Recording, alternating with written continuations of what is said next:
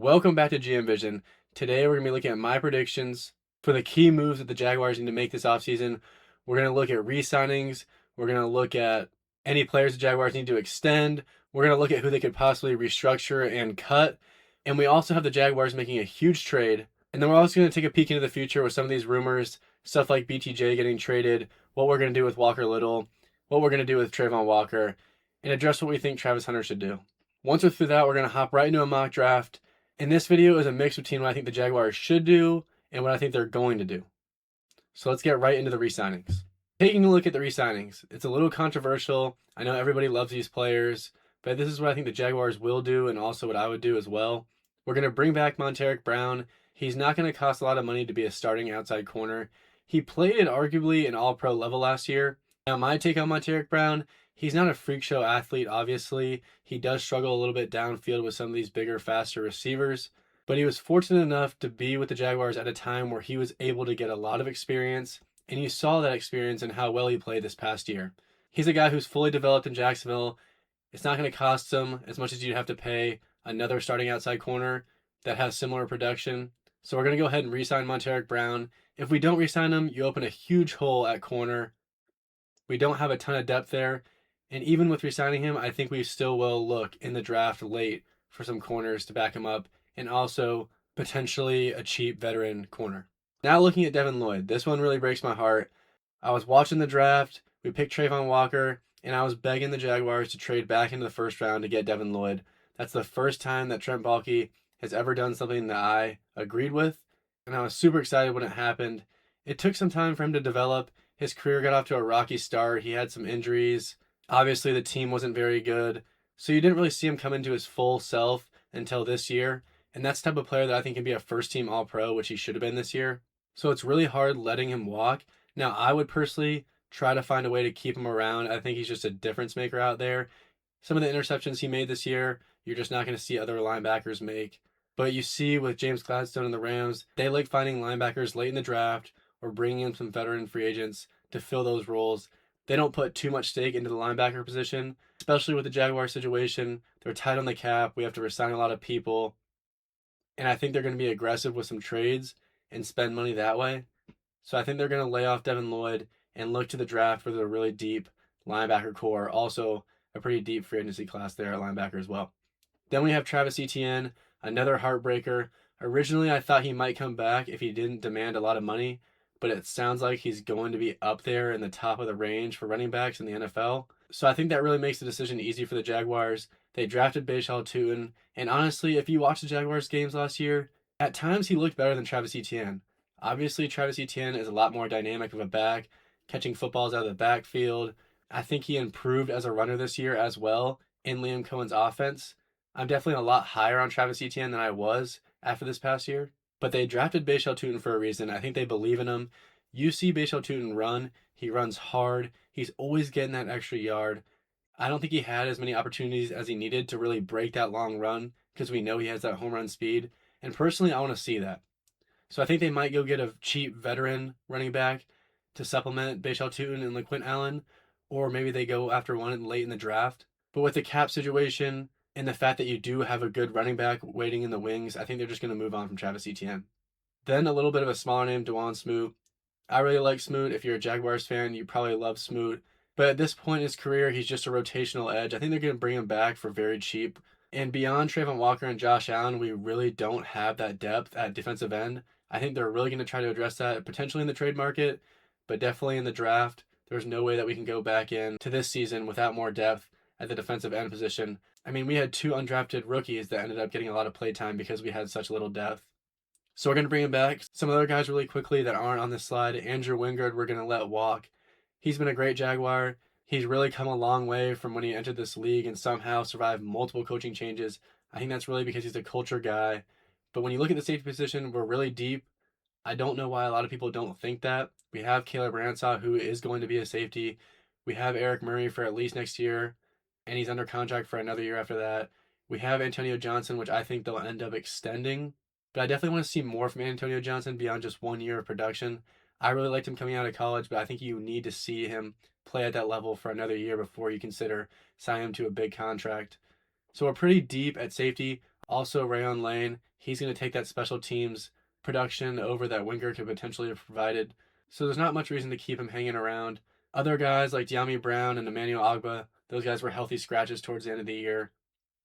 So we're definitely going to let them walk. And there's some other names that we could retain. Austin Johnson, Quentin Morris, but those guys, if they come back, will sign like veteran min deals. Now for the extensions. These are guys that I all love and are very deserving of getting extended. Parker Washington was one of my guys when he got drafted out of Penn State late. I knew he would eventually have a role in this offense. You saw glimpses of it all throughout the past seasons, and he finally got his opportunity this year. He's dynamic as a punt returner. He provides so much value. He can play outside. He can play in the slot.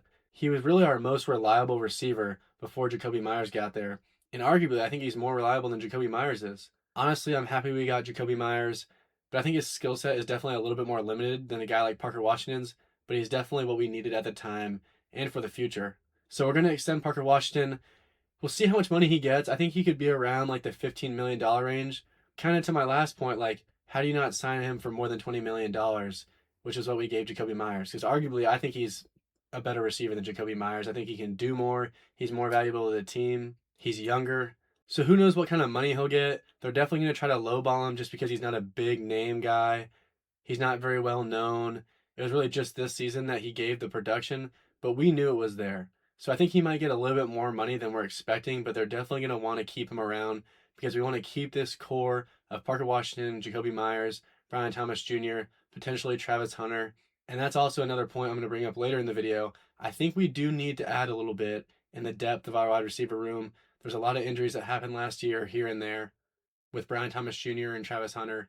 So I think we might re-sign a guy like Tim Patrick as well. I didn't mention him, but I think that's something we could bring back. But I think they will draft a receiver this year to come in and play that depth role, and preferably a guy that's an ex-receiver that can play on the outside as well. So we're going to bring back Parker Washington. We're also going to bring back his teammate, Brenton Strange. Who knows how much money he'll get, but he's such a dynamic tight end. Someone that you definitely want to keep around for a long time. It's really hard to find these guys that are really good blockers, but they can also go run routes, have reliable hands, and he's really good after the catch. I think a lot of people don't realize that, how good he is after the catch, how physical he is. He's super important to this offense. We saw that this past year when he got hurt. The offense looked a little bit different. There wasn't that safety blanket. A lot of the throws that Trevor made this year, he was the last read, and he came back and hit him in the middle of the field. You saw it in the preseason game against the Steelers. It happened multiple times throughout this year where he goes through all of his reads, comes back and hits Brenton Strange right in the middle of the field. He's a super important player, and I think the Jaguars are really going to look to upgrade that room as a whole. I think they are probably going to let Hunter Long walk. He was a healthy scratch towards the end of the year. Johnny Munt, who knows if they'll keep him or let him walk. But regardless, I think they're going to add a tight end in the draft that is versatile as well. I think they want another guy that can catch the football out just so there's not so much of a drop-off if Brenton Strange gets hurt again. But for what we're talking about right now, we're going to extend Brenton Strange. I think he'll get some good money, but again, he's kind of one of those guys that's a little bit under the radar. He's not a huge name. So maybe if we extend him now before he has a really good season, which I thought was coming last season, we can get him for a little bit cheaper. And then for Anton Harrison, this was one of the most exciting things out of last year. His improvement was paramount, and they talked about it before the season. He just needs to mature a little bit. There's some things that we want to work on. And it sounded like they were being pretty hard on him before the season because they knew how good of a player he could be. And he lived up to it this season. He stayed healthy. He was really good in pass protection. I think he improved as a run blocker. So we're definitely picking up his fifth-year option now. And I think we could also extend him as well. Who knows what the Jaguars want to do because we are extending a lot of people. We are re-signing a lot of people. This team is getting older and there's going to be some money pushed into the future. So right now, maybe it makes sense just to pick up his fifth-year option. But I'd be in favor of extending him now, getting him as cheap as possible. But it's just super important that he sticks around and we continue to build that continuity on the offensive line. Now for our restructures and cuts. For our first restructure, we have Trevor Lawrence. And I don't think people realize how big of a deal it is that he played so well this past year. He solidified himself as a top 5, top 10 quarterback going into the future. And that allows the Jaguars to have so much more flexibility with his contract. They owe him a lot of money towards the end of his deal. They're going to have to restructure his contract probably multiple times, add some void years. And you can't do that if you don't have faith in the player, if you think you might have to trade him down the line or you might have to cut him.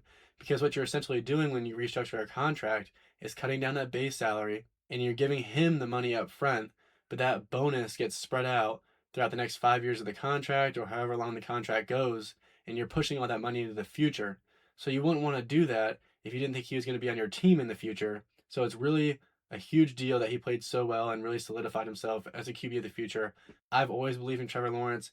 I was one of those guys that was standing on the table for him at his lowest point, so I'm really happy to see him play his best football, and I really think his best football is going into the future. Then we have Devon Hamilton. He's one of the best nose tackles in football. You heard Josh Hines-Allen say it earlier in the year. He's the reason that we had one of the best run defenses in the league this past year. He's a guy that you want to keep around. Now, obviously, I think that we want to add to the defensive tackle position because we need some guys that can rush the passer.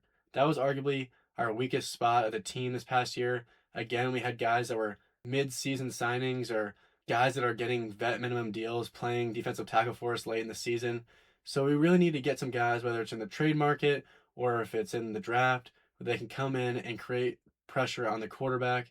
But that's not Devon Hamilton. He has his moments where he gets in the backfield, but he's really just a run stopper. And he proved his value this year, and that's why we're going to restructure and extend him to keep him here for even longer. Then for a first cut, a very controversial one, Eric Armstead. Now, if we do designate him as a post-June 1 cut, we will save around $16.6 million this year in 2026, which would be huge for the cap hit because we are tight this year. And obviously going into the next few years, we're not as tight, but we had a lot of dead money from cutting people like Gabe Davis and moving on from guys like Christian Kirk and Evan Ingram. So we had a lot of dead money going into the future. That's why the cap hit is so tight right now. It's not really the doing of this new staff, it's the doing of the old staff and Trent Baalke. So unfortunately, that's the situation we're in. He's going to free up a lot of space this year. The unfortunate part about his contract is he's going to be a big dead cap hit next year.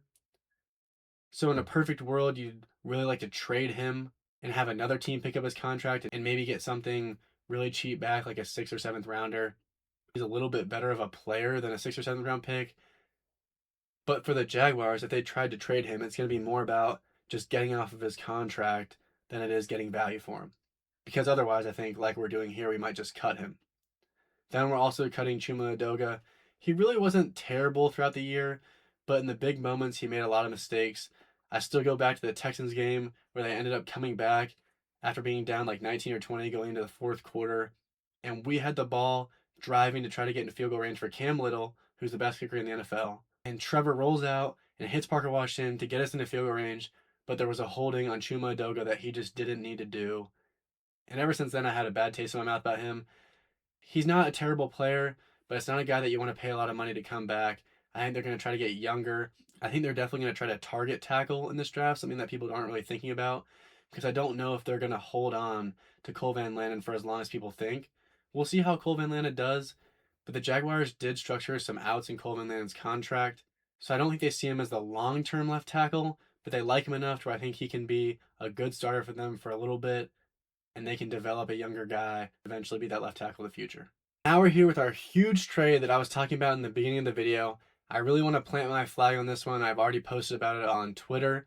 We're going to make a trade with the Dolphins to get a defensive tackle that can get after the passer, that can stop the run. He's really a do-it-all type of guy. He is a little bit older, so we're not going to have to give up as much value. And the Dolphins did sign him to an extension already, so we'll have to work out the contract details. So here the Jaguars receive Zach Sealer, and we're giving up our 3rd round pick, number 88 in this draft, and also our 4th round pick, 124 in this draft as well for Zach Sealer. The Dolphins have a totally new regime coming in.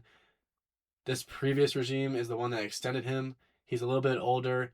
There were already rumors of the Dolphins taking phone calls, just listening to see what teams were willing to give up for Zach Sealer. It was rumored that they wanted a 2nd round pick or a high 3rd round pick. But now that there's a new regime, maybe they're a little bit more willing to move on. Now, this compensation could be just our 2nd rounder this year, which honestly I wouldn't be too mad at. He had a little bit of a down year this past year. He had no sacks throughout the first 9 games of the season, but then he really turned it on and he finished with 5.5 sacks on the year. And then the previous 2 years, he was a 10-sack guy. Obviously, our defensive coordinator, Coach Campanelli, was with the Dolphins, so he's familiar with Zach Sealer. The Jaguars were in the market for Quinnen Williams before the Cowboys offered more and they got him. And I think that speaks to the willingness of the Jaguars really wanting to get a veteran, proven defensive tackle that's a do-it-all guy that can really rush the passer, and he's not going to be a liability in the run game. And that's what you get in Zach Sealer. This is really the next best option. We're going to do a mock draft here soon, and you guys will see at pick 56, there's really not a good option at D tackle. I know people are falling in love with some of the targets maybe in the 3rd round or the 4th round at D tackle, but in this draft class, all the really good defensive tackles that are well-rounded go in the 1st round or really early in the 2nd round. Now, we could consider trading up if we don't give our picks away in a trade like this, but I think the Jaguars are in win-now mode. They know that we have a really good team, and they want to go out and get a proven guy, and obviously they don't mind paying him because they were about to pay Quinnen Williams top dollar. So I think that, mixed with there not being a good option at defensive tackle at pick 56 in the 2nd round for the Jaguars, is going to be why they make a move like this. But as you'll see later in the mock draft, this is not where we're going to stop for D tackle. I think maybe in the 5th round, maybe the 6th round, we're going to be looking for reinforcements at that position because we do need to build some depth there. All right, guys, really quickly before we get into this mock draft, I'm going to address some future rumors, some things that people have been talking about, a lot of questions that fans have about certain players, starting off with trading Brian Thomas Jr. I think that it's absolutely a no this year. I think you have to give him another year in this system to see what he can do. Obviously, it got off to a terrible start last year.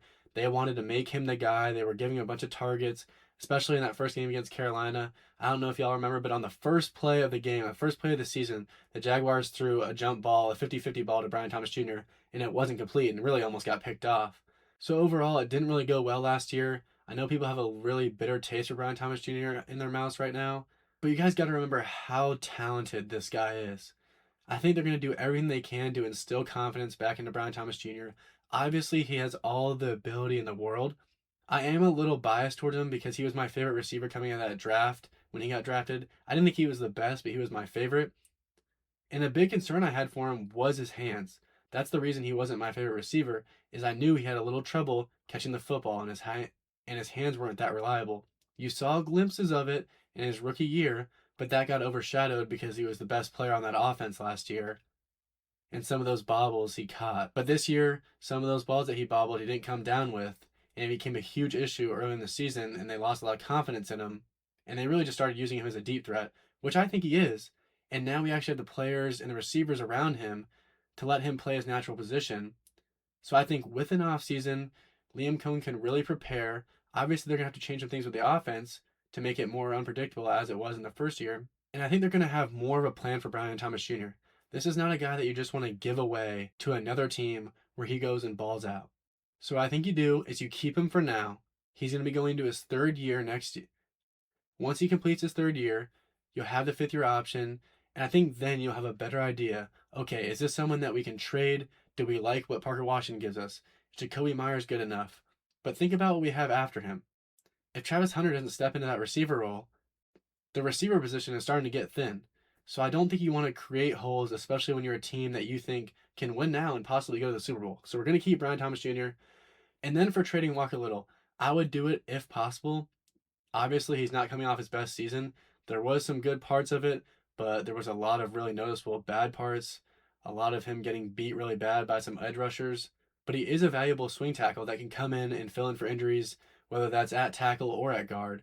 So he's really a guy that you don't mind sticking around if it's not going to cost a team a lot of money, which it kind of is.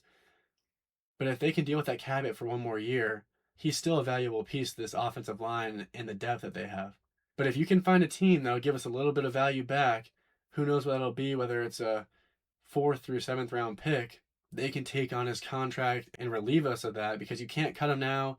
It's going to be too much dead money going into next year and this year. And like we talked about, he still has a little bit of value. And then for Trayvon Walker, a guy that a lot of fans are talking about, what are we going to do with him? Are we going to extend him this year? Are we going to potentially trade him this year? Or are we just going to let it play out? We'll see if he develops this year. We'll see if that pass rush gets better. I think that's what is really holding them extending him back right now, is that you really would have just hoped that the pass rush bag would have developed a little bit more throughout these years. Now, the injuries did play a big part in it this year, and I do think that he was developing. I do think you saw some flashes of him improving. He's really good in the run. He's, again, a really well-rounded edge player. But right now, I don't think the Jaguars are going to be comfortable in paying him a ton of money and extending him and having 2 really high-priced edge rushers when we're trying to pay all these when we're trying to pay all these other guys right now. So for Trayvon Walker, I could see him get traded if it's like a huge trade, like we go after Max Crosby or something like that, and he's a part of that trade. I could definitely see that. I don't see them just trading him for some mid-round draft pick or whatever he would get if he plays a lot better. And if the trade doesn't happen, I think they're going to end up just letting it play out. If he develops a little bit more, yeah, you will have to pay him a little bit more, but maybe it'll be worth it for the Jaguars. And if not, maybe another team takes him in free agency and you get a comp pick back for him. So there's a lot of options for the Jaguars, but right now I do not think that they're going to extend Trayvon Walker. So now we're going to hop into the mock draft. We resigned our guys. We know who we got on our team. We also traded for Zach Sealer. We gave up pick 88 and 124 in this year's draft for him. So when those come up, we'll trade them away so we can actually get a clear look at what the draft picks will actually look like. Like I kind of talked about earlier in the video, we were going to sign a veteran corner to a cheap deal to come in, maybe a Rasul Douglas. That could make sense for the Jaguars. And I also think they would take a look at a cheap linebacker, maybe a Justin Strnad to come in and fill in. That could make sense if whoever you draft at linebacker isn't ready to go day one. Just having some depth would be good too, as well at the linebacker position, which we already do have a pretty good depth, but I think bringing in a guy that could be a starter would be a big deal to take some of the pressure off of drafting a really good linebacker early. And also, I'm going to preface really quickly, I believe that Travis Hunter is going to continue to play both ways. I don't think that we traded what we did for him, and James Gladstone saying that he was going to change the way that football is played. I don't think you just give up that vision and that dream after 1 year of him getting injured. Of course, you want him to be out there because you know how talented he is, but I think you got to give him one more shot to do it. If he gets hurt or if he can't do it for whatever reason this year, then I think you move him to corner and you let him come in and play on offense if you need a 50-50 ball or just to have an explosive play. So with that being said, we can get into the draft. Here there are some really good names. Maxi Nashnor, a tackle out of Arizona State. Like we talked about, I think the Jaguars could be looking for a tackle to come in and develop behind Cole Van Lanen. I don't know if they're going to want to do it this early, especially when we just extended Cole Van Lanen. Then we have Jeremy Bernard, a wide receiver I'm really high on. I really like his game. There are some other really interesting names right here. Derek Moore, I think he'd be a perfect fit, an edge that we can come in and make an immediate impact. He's a really polished player for someone in college, and I think that'll give us flexibility on making a decision for Trayvon Walker. If he steps up, great. Trayvon Walker can stay on the team, and we'll have some really good depth at the edge position. If not, this guy could fill in for Trayvon Walker if we decide to move on from him in a trade or if we just let him walk. And then Jadarian Price. I think he's the clear-cut running back 2 in this class. I would be excited if the Jaguars drafted him, but like we talked about, I think they want to give Bashal Tootin his chance, and I think they would also go out and sign a cheap running back to come in and back up Bashal Tootin to go along with LaQuint Allen. So if they do get rid of Etienne, I don't think they're just going to go into the draft with just LaQuint Allen and Bashal Tootin, but if they do, this could be an option right here at 56. But right here, we're going to go ahead and take Derek Moore. 6'3", 260, a little bit on the shorter side, but you see the production he had at Michigan.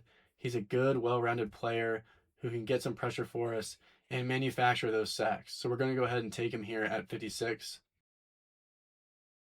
There was some really good players at that pick, but I think that was the smartest way to go about the future and getting a really good impact player that can come in and play right now. And then at 81 here, I think it's a no-brainer just seeing his name right here, Jacob Rodriguez out of Texas Tech. This guy was almost in the running for a Heisman. He probably should have been a finalist. He is just a stud, as you can see by the stats right here. Very well-rounded linebacker, is a turnover machine. And what was the mantra of the Jaguars? Create turnovers. That's how we won a lot of games. We forced turnovers. And we look at some of these other names. There's some good names here. Malachi Fields, I really like a lot. And you have Grayson Halton here. I know a lot of people really like him. He's a good player. He can stop the run. He also can get after the passer. He is a little undersized, which I would worry about. And with us making a move for Zach Sealer, I think that's a guy that could have been a pick here or at 100 if we didn't make that trade for Zach Sealer. But it's a no-brainer here. We're going to draft Jacob Rodriguez, an absolute stud, a guy that can come in and make an immediate impact and be a turnover machine and a leader. Obviously here, we trade this pick away, so we're just going to, swap the Rams for a third-round pick and force the trade so we can keep this as realistic as possible. Let's get to 100. All right, so here we got to remember, we don't have pick 124, so we got to make this pick count. There's some good players available. Keelan Rutledge can make sense, but we got to remember we still haven't traded Walker Little yet. We'll see if they do that. But he comes in to fill in and play at guard or tackle. And we also have Wyatt Milam, who we drafted last year, who played tackle in college, but is most likely going to translate to play guard for the Jaguars. So this might not be as big of a need as we think, but it'd still be a good pick. I think they're still going to look to guard, but maybe just not this early. And there's some good players. I know people would talk about safety for us. I mentioned earlier that I don't think that's as big as a need as people say. And I'm not really liking the names that I'm seeing here. So I think we might look for a trade. We weren't really expecting to do one, but I don't want to move back too far. The Giants here could make sense. There's two safeties right here, Zakee Wheatley and Genesis Smith, that are good players, and I think the Giants are really going to look to upgrade that safety room. So we're going to go ahead and make a trade with the Giants. They're going to want to come up and get their guy at safety between those two guys. So we'll trade 105 for 100, and then we'll take 143. It has a low chance, but we're just going to go ahead and force it anyways. So we move back 5 spots, and they get their guy there at 100. And for me here, safety's still available. I'm not really interested in that right now. There's one guy that I'm thinking about, especially since we don't have a pick until 143 that I want to go after. And it's a guy who I think is going to rise up draft boards, and that is Eli Raridan out of Notre Dame. This guy is a freak athlete at tight end. He's a really good blocker, even though he's 6'7". He can still get down there and be physical in the run game, and he's just a freak athletically. He can go up and get the 50-50 balls. He's a really good pass catcher. I think he'd be a perfect fit to come in and back up Brenton Strange here. So we're going to go ahead and take him here. There are some good names, but I just don't think anybody brings what Eli Raridan brings at his size. So we're going to go ahead and take him a little bit earlier than people have him slotted in, and PFF has him slotted in as. I think he's a really good player that can make a really positive impact on the Jaguars early. Obviously, we trade this pick away, so we're going to do the same thing we did with pick 88. We're just going to offer this for a third rounder for the Bills and just go ahead and give that away. Go to our next pick at 143. Now, I think this is where the Jaguars could consider looking at guard if there's one they like here. Potentially looking at receiver. I know there's some good receivers probably still available. I really like Eric McAllister. It looks like he went off the board. Dang, a lot earlier than I might have thought. But that's probably one of my favorite sleepers in this draft class at the receiver position is Eric McAllister out of TCU. So that would have been a good pickup here. But there's still some good players up here on the board. Last mock draft, we went and took Bo Stevens out of Iowa. Can't go wrong taking an Iowa guard. Physical, good size, 6'5", 315. I think this makes too much sense right here, especially since we skipped out on guard last pick to go after our guy at tight end. We're going to go ahead and take Bo Stevens here at 143. And I think what people have to remember when we're taking these guys, we're at a point as Jaguar fans where we can look forward to luxury at positions. It doesn't always need to be, hey, let's go get the needs, let's go fill the holes. We're a pretty set team, and at this point in the draft, we're just looking for special teams value or really guys that we can take a chance on because we have the opportunity to miss. And it's really just icing on the cake with some of these guys. So here at 162, like we talked about, we're looking for a little bit of receiver depth. I think somebody that could be maybe wide receiver 4 or 5 or fill in if we have any injuries. So I'm liking Ted Hurst right here. He is a freak athlete. Obviously played at a smaller school, so when you watch the tape, the competition is a little bit worse. So it's a little bit harder to judge, but 6'3", 195, great size for an ex-receiver. Good production. He just has really good ball skills.